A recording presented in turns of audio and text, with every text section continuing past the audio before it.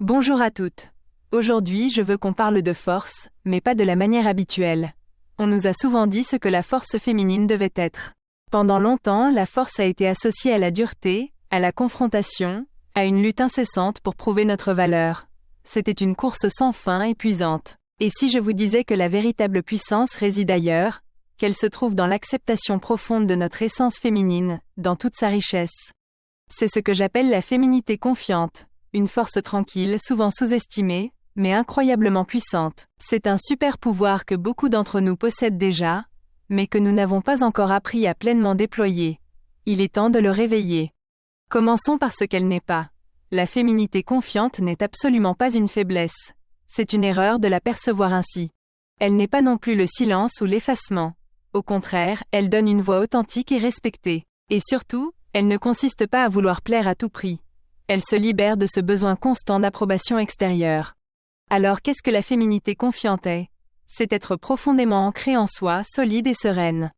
C'est être assurée de sa valeur, sans arrogance, mais avec une conviction inébranlable.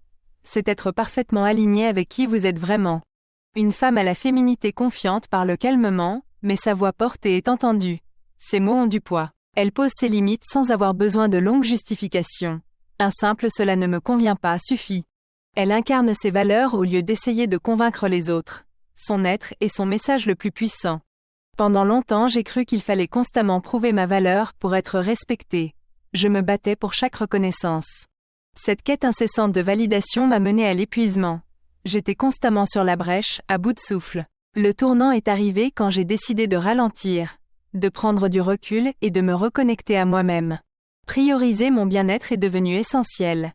J'ai appris à m'écouter avant d'écouter les attentes des autres. J'ai commencé à communiquer avec une assertivité calme, sans agressivité, mais avec une clarté inébranlable. Mes besoins étaient exprimés avec sérénité. Ce changement a apporté le respect sans effort. Les choses se sont mises en place naturellement, sans que j'aie à forcer. J'ai réalisé que la féminité confiante attire, elle ne repousse pas. La force brute, elle, peut souvent créer des murs. Dans la manière de parler, par exemple.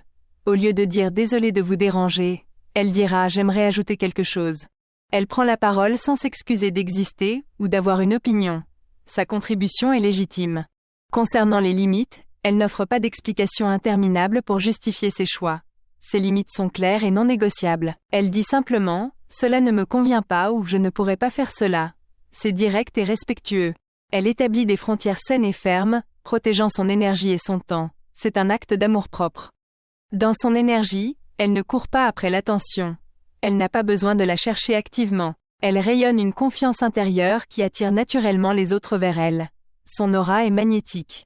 Pourquoi ce super pouvoir est-il si souvent négligé ? Les idées fausses de la société y contribuent grandement. La féminité est encore trop souvent assimilée à la faiblesse.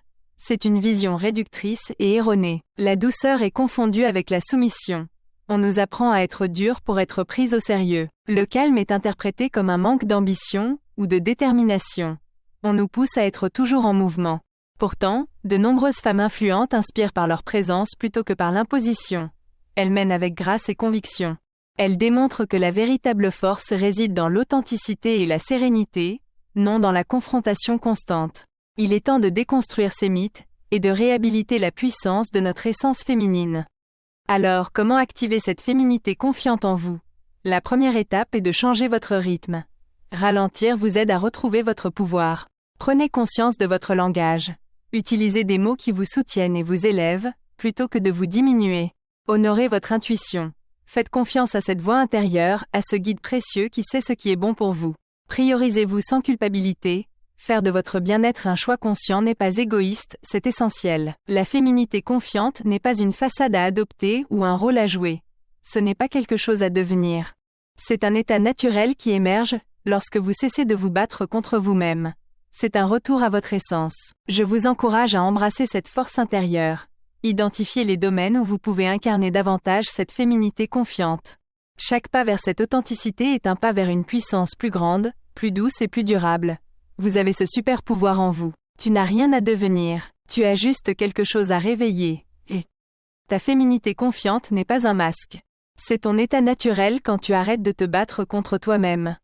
Si cette vidéo t'a parlé, abonne-toi à Inspire-toi Succès. Et dis-moi en commentaire, dans quel domaine veux-tu incarner plus de féminité confiante cette année?